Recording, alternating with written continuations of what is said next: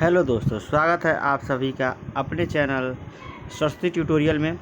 आज मैं आप लोगों के लिए लाया हूँ यूपी बोर्ड हाई स्कूल के लिए जो आपका मॉडल पेपर है विज्ञान से।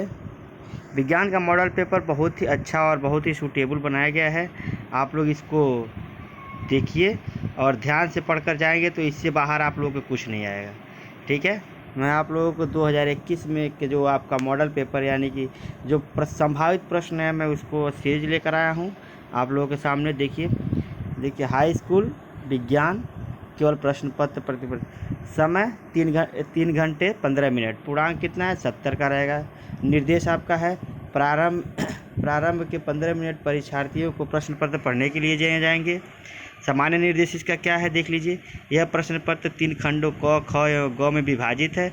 प्रत्येक खंड का पहला प्रश्न बहुविकल्पीय है जिसमें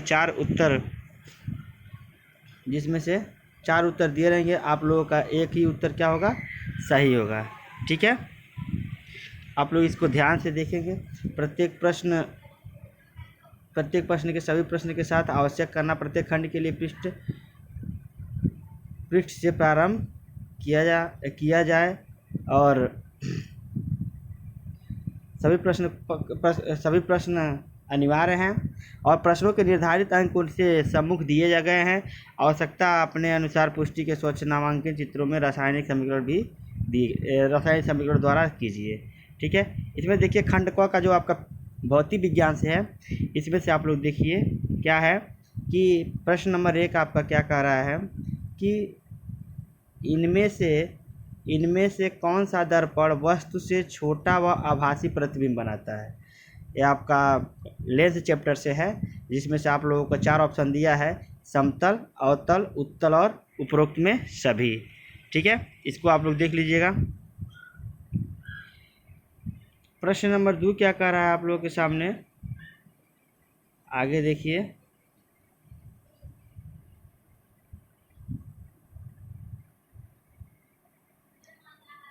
प्रश्न नंबर 2 क्या कह रहा है, आकाश का रंग नीला क्यों दिखाई देता है। आकाश का रंग नीला क्यों दिखाई देता है। आकाश का रंग नीला क्यों दिखाई देता है। प्रकाश के परावर्तन के कारण, प्रकाश के अपवर्तन के कारण, फिर से प्रकाश के प्रकीर्णन के कारण, पूर्ण आंतरिक परावर्तन के कारण।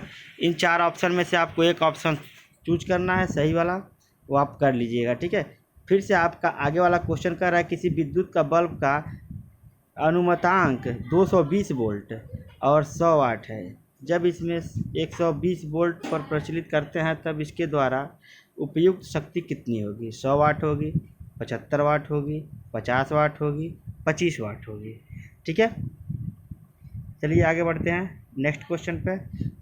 घ वाला क्या कह रहा है कि लघुपथ के समय परिपथ में विद्युत धारा का मान क्या होगा। देखिए इसमें बहुत कम हो जाता है, परिवर्तित नहीं होता है, बहुत ही अधिक बढ़ जाता है, निरंतर परिवर्तित होता रहता है। इसमें आप लोगों को करना है। ठीक है, प्रश्न नंबर 2 देखिए, कह रहा है वाहनों में किस प्रकार के दर्पण को पश्च दृश्य के दर्पण के रूप में वरीयता दी जाती है। यह आपका 2 नंबर का है। ख नंबर क्वेश्चन क्या कह रहा है कि किसी अवतल लेंस की फोकस दूरी 15 सेंटीमीटर है और वस्तु के लेंस से कितनी दूरी पर रखें कि इसके द्वारा वस्तु का लेंस 10 सेंटीमीटर दूरी पर प्रतिबिंब बने और लेंस द्वारा उत्पन्न आवर्धन क्षमता भी इसको ज्ञात करना है। ग वाला जरा दूरदर्शिता दोष क्या है, इसका निवारण कैसे होता है। ये भी आपका 2 नंबर का क्वेश्चन है। प्रश्न नंबर 3 देखिए, यदि 2 चालकों को श्रेणी क्रम में जोड़ा जाए तो उनका तुल्य प्रतिरोध 25 ओम होता है एवं उन्हें जब समांतर श्रेणी में जोड़ा जाए तो तुल्य प्रतिरोध 4 ओम हो जाता है। तो चालक के प्रतिरोधों की गणना कीजिए। ठीक है, प्रश्न नंबर 4 अथवा में आएगा यह, निम्नलिखित को स्पष्ट कीजिए। क्या घरेलू विद्युत परिपथों में श्रेणी क्रम या पार्श्वक्रम उपयोग क्यों नहीं किया जाता है। सेकेंड नंबर, विद्युत लैंप के तंतुओं के निर्माण में प्रायः एकमात्र टंगस्टन ही उपयोग क्यों जाता है। 5 सेंटीमीटर लंबाई का कोई वस्तु 30 सेंटीमीटर वक्रता त्रिज्या के किसी उत्तल दर्पण के सामने 20 सेंटीमीटर दूरी पर रखा गया है, प्रतिबिंब की स्थिति तथा साइज ज्ञात करिए। अथवा 10 सेंटीमीटर फोकस दूरी वाले अवतल दर्पण से कितनी दूरी पर एक वस्तु रखी जाए कि उसका 5 गुना बड़ा प्रतिबिंब बने, जबकि प्रतिबिंब वास्तविक हो और आभासी हो। प्रश्न नंबर 4 आप देखिए आप लोगों के सामने, विद्युत मोटर का नामांकित चित्र बनाइए, आरेख बनाइए, इसका सिद्धांत तथा कार्यविधि स्पष्ट कीजिए। विद्युत मोटर में विभक्त वलय का क्या महत्व है। प्रश्न नंबर 5 विद्युत चुंबकीय मतलब प्रश्न नंबर 4 का अथवा है आपका, इसमें से आप दो कर सकते हैं, या तो यह करेंगे प्रश्न नंबर 4 में, या तो आपको यह आता है तो यह करिए, या तो यह आता है तो यह करिए। विद्युत चुंबकीय प्रेरण से आप किससे क्या अभिप्राय है, प्रयोगों द्वारा कैसे प्रदर्शित करेंगे कि प्रेरित धारा की दिशा किस प्रकार से निर्धारित की जाती है। ठीक है, चलिए आगे बढ़ते हैं नेक्स्ट क्वेश्चन की ओर। अब नेक्स्ट क्वेश्चन खंड ख से आएगा। क्या, खंड ख यानी कि रसायन विज्ञान से। खंड ख में देखिए दिया है प्रश्न नंबर 5, कोई धातु ऑक्सीजन के साथ अभिक्रिया कर उच्च गलनांक वाला यौगिक निर्मित करती है। यह यौगिक जल में विलेय है। यह तत्व कौन सा है, कैल्शियम है, कार्बन है, सिलिकॉन है और लोहा है, इनमें से कौन सा है। ठीक है, अब अपचय का उपचार करने के लिए निम्न में से किसका औषधि का उपयोग किया जाता है। एंटीबायोटिक का, प्रतिजैविक, एनाल्जेसिक, पीड़ाहारी, एटासिड या एंटीसेप्टिक। ठीक है, ग वाला देखिए, मेंडलीव की आवर्त सारणी में आवर्तों की कुल संख्या कितनी है, 7 है, 8 है, 9 है, 15 है। प्रश्न नंबर 6 का क देखिए, थर्मिट अभिक्रिया को रासायनिक समीकरण सहित समझाइए। प्रश्न नंबर 6 का ख, संतृप्त और असंतृप्त हाइड्रोकार्बन में अंतर उदाहरण समझाइए।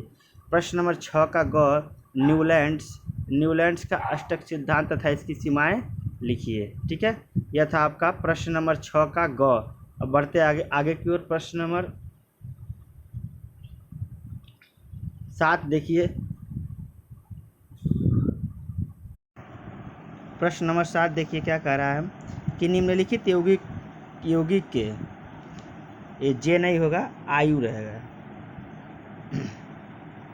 ये जो आपका है जे की जगह क्या रहेगा, आई रहेगा, IUPAC। ठीक है, IUPAC। ठीक है, IUPAC नाम लिखना है, इसको नाम लिखना है। जो दिया आपका पहला CH2 double bond CH, single bond CH, फिर से डबल बॉन्ड CH2, फिर से दूसरा क्या है CH3 single bond O, CH2 double bond CH3। ठीक है, एथेनॉल से एथेनॉइक अम्ल में परिवर्तित को ऑक्सीकरण अभिक्रिया क्यों कहते हैं, रासायनिक समीकरण सहित स्पष्ट कीजिए। प्रश्न नंबर ख है 7 का। प्रश्न नंबर 8 का देखिए, निम्नलिखित पर संक्षिप्त टिप्पणी देना है। पहला, कार्बनिक यौगिक में दहन कैसे होता है। फ्लोरेनिक का है, संक्षारण क्या है, विकृत गंधिता क्या। अथवा में देखिए मिशेल लिखना है, मिशेल का प्रभाव, हीरा तथा ग्रेफाइट की संरचना, अवक्षेप अभिक्रिया, रेडॉक्स अभिक्रिया। ठीक है, अब हम लोग चलते हैं आपके खंड ग की ओर। खंड ग क्या कहता है, खंड ग हमारा शुरू हो जाता है रसायन विज्ञान से। रसायन विज्ञान का देखिए पहला क्वेश्चन है खंड 9 का क, परागकोश में होते हैं बाह्यदल, अंडाशय, अंडज या परागकण। ठीक है, चलिए नेक्स्ट आगे बढ़ते हैं। ख वाला इसका बहुविकल्पी में, गर्म जल प्राप्त करने के लिए हम सौर जल तापक का उपयोग किस दिन में नहीं कर सकते हैं। धूप वाले दिन में, बादलों वाले दिन में, गर्म दिन में या पवन वाले दिन में। नेक्स्ट है ग, जीवाश्म ऊर्जा का स्रोत है पवन ऊर्जा, सौर ऊर्जा, कोयला, जल ऊर्जा। ग वाला, खनिज एवं नाड़ी जल संग्रहण कहाँ स्थित है। आपका गुजरात में है, राजस्थान में है, बिहार में है कि उत्तर प्रदेश में है। इसका प्रश्न नंबर 10 देखिए आपके सामने, पौधों में वातर रंध्रों की उपयोगिता का उल्लेख कीजिए। ख, मनुष्य के हृदय को दायां एवं बायां भागों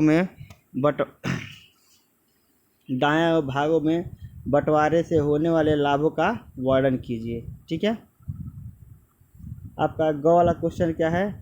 ग वाला क्वेश्चन है आपका कि क्या किसी पोषी स्तर के जीवों को परितंत्र को प्रभावित किए बिना हटाना संभव है? आपका प्रश्न नंबर 11, अनैच्छिक क्रिया तथा प्रतिवर्ती क्रिया एक दूसरे से किस प्रकार भिन्न है, अथवा पादप में प्रकाशानुवर्तन किस प्रकार होता है? ठीक है, ये थे आपके प्रश्न नंबर 11। चलिए 12 की ओर बढ़ते हैं। 11 का ग देखिए। 11 का ग हमारा क्या है कि लिंग गुणसूत्र किसे कहते हैं? मानव में लिंग निर्धारण की प्रक्रिया को समझाइए, अथवा जीवाश्म क्या है? वे जैव विकास प्रक्रम के विषय में क्या दर्शाते हैं? ठीक है, प्रश्न नंबर 12 आपके सामने है। कह रहा है कि मानव हृदय की अनुदैर्ध्य काट का नामांकित चित्र बनाकर उसकी संरचना का वर्णन कीजिए तथा तीर की सहायता से रुधिर परिसंचरण तंत्र का मार्ग प्रदर्शित कीजिए, अथवा मानव पाचन तंत्र का नामांकित चित्र बनाकर आमाशय तथा क्षुद्रांत्र में होने वाली पाचन क्रिया का वर्णन कीजिए। ठीक है, ये थे आपके 12 क्वेश्चन। ठीक है, ये आपके टोटल 12 क्वेश्चन थे। दोस्तों, अगर अच्छा लगे तो वीडियो को अधिक से अधिक शेयर कीजिएगा, लाइक कीजिएगा, चैनल पर नए हो तो चैनल को ज़रूर सब्सक्राइब कीजिएगा। मैं ऐसे ही आप लोगों के लिए नया आप लोगों का मॉडल पेपर लाता रहूँगा, जिससे आप लोगों को जो 2021 का जो परीक्षा जो दे रहे हैं बच्चे हाई स्कूल के, वह परीक्षा में क्या हो सके, अच्छे नंबरों से सफल हो सके। जय हिंद, धन्यवाद।